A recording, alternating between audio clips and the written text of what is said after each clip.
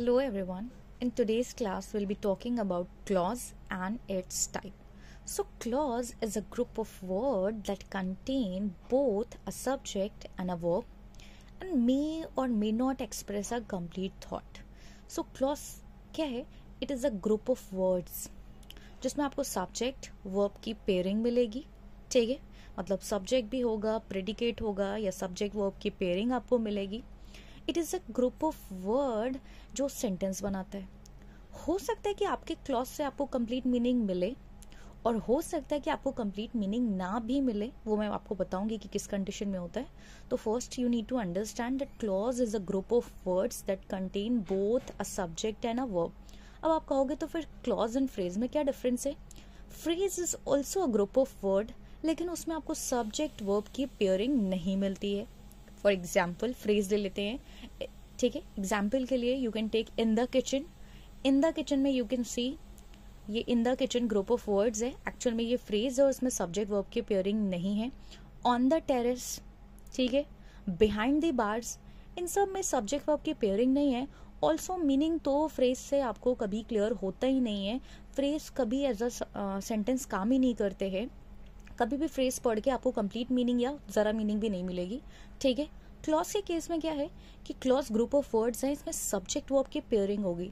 तो जो बेसिक की आइडेंटिफिकेशन है बिटवीन फ्रेज एंड क्लॉज, वो आप सिर्फ इतना देख लो कि इफ सब्जेक्ट की एंड वर्ब की पेयरिंग है, subject verb pairing is there, इसका मतलब ये क्लॉज है. एंड इफ सब्जेक्ट वर्ब की pairing is not there, it is simply phrase. Now clauses के एग्जाम्पल जरा हम देखते हैं. Example 1 is given, she reads book every night. She is your subject, verb reads है और object book is also given. So she and predicate पूरा given है. So अगर आप देखो तो subject verb की pairing is there and हमें meaning भी समझ में आ रहा है that she, अब वो she कोई भी है, that she reads book every night. ये जो she है वो हर रात क्या है, किताब पढ़ती है. मीनिंग भी समझ में आया. ऑल्सो हम देख रहे हैं कि ग्रुप ऑफ वर्ड्स है ये जहाँ पे सब्जेक्ट वर्ब की पेयरिंग है, मतलब it is not a phrase, it is a clause. Second, he arrived late in the evening. He is your subject, arrived is your verb. He arrived late in the evening, वो देर शाम को आया. Meaning भी समझ में आ रही है, लेकिन मीनिंग समझ में आए या नहीं आए वो मैटर उतना नहीं करता. मैटर ये करता है कि क्या ग्रुप ऑफ वर्ड्स हैं. Definitely group of word is there. क्या सब्जेक्ट वर्ब की पेयरिंग है, आंख बंद करके सब्जेक्ट वर्ब की पेयरिंग भी है, इसका मतलब it is a clause. Next, the man who lives next door is a doctor.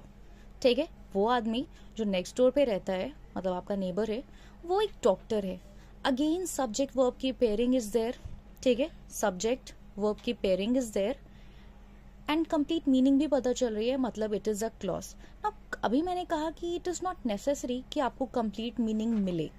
मैंने ऐसा क्यों कहा? Because clauses are of two type. One is independent clause जो कंप्लीट मीनिंग देते हैं and the other one is dependent clause जिनको पढ़ के कंप्लीट मीनिंग नहीं मिलती है. They needs a independent clause to complete their sense. उनको अगर अपना कंप्लीट मीनिंग देनी है, कंप्लीट सेंस करना है, पूरी मीनिंग कन्वे करनी है, तो डिपेंडेंट क्लॉज को हमेशा एक इंडिपेंडेंट क्लॉज की नीड होती है.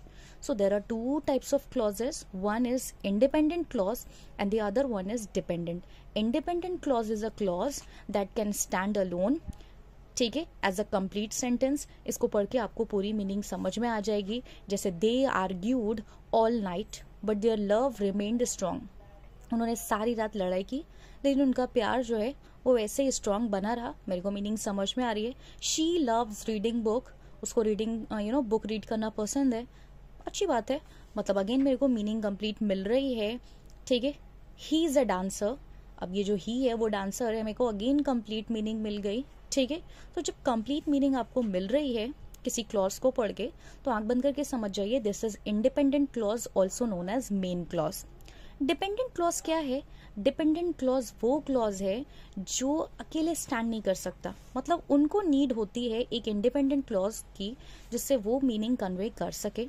For example, because I was sick, क्योंकि मैं बीमार था. अगर आप ये बात किसी से कहते हो कि बिकॉज आई वॉज सिक, क्योंकि मैं बीमार था, तो सामने वाला कहेगा तो क्या, तो आप कहोगे इसलिए मैं कल आपके घर नहीं आ पाया, है ना.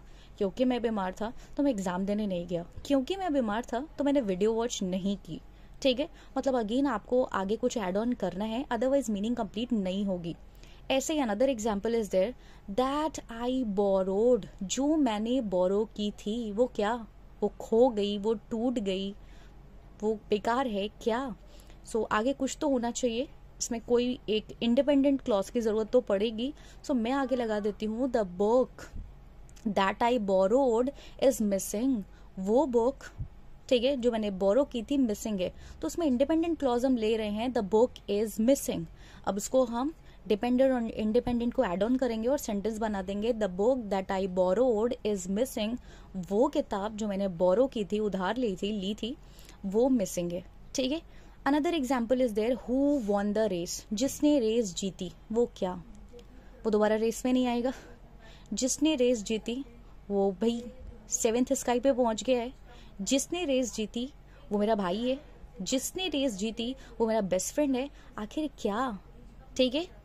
सो the boy who won the race is my brother, वो लड़का जिसने रेस जीती वो मेरा भाई है। तो मैंने एक इंडिपेंडेंट क्लॉज लिया, the boy is my brother, ये मेरा इंडिपेंडेंट क्लॉज था, the boy is my brother. इसमें मैंने फिट कर दिया who won the race, so the boy who won the race is my brother. तो मेरे को अभी कंप्लीट मीनिंग मिली कि वो लड़का जिसने रेस जीती वो मेरा भाई है। लेकिन अगर मैं इससे पहले कह रही थी हु वॉन द रेस, जो कि एक डिपेंडेंट क्लॉज है, ग्रुप ऑफ वर्ड है, सब्जेक्ट और वर्ब की पेयरिंग है, हु यहाँ पे सब्जेक्ट है, वॉन आपका वर्ब है, तो आपको मीनिंग नहीं मिल रही थी। So who won the race is a dependent clause, इसको चाहिए था the boy is my brother. ठीक है, so I hope things are clear. Independent clause वो है that can stand alone as a sentence, and सारे इंडिपेंडेंट क्लॉजेस जो होते हैं वो सेंटेंस होते हैं। डिपेंडेंट क्लॉज वो है जो अकेले मीनिंग नहीं कंप्लीट करते हैं, अकेले मीनिंग कन्वे नहीं करते हैं, and they always require an independent clause to complete their meaning. Now independent clauses की तो फर्दर टाइप्स नहीं है, बट दीज डिपेंडेंट क्लॉजेस जो मीनिंग कन्वे नहीं कर पाते हैं, दे आर ऑफ 3 टाइप्स। ये 3 टाइप के होते हैं, noun clause, adjective clause and adverb clause. About these 3 types of dependent clause we'll be discussing in my next video. Till then, do revise it. Thanks for watching.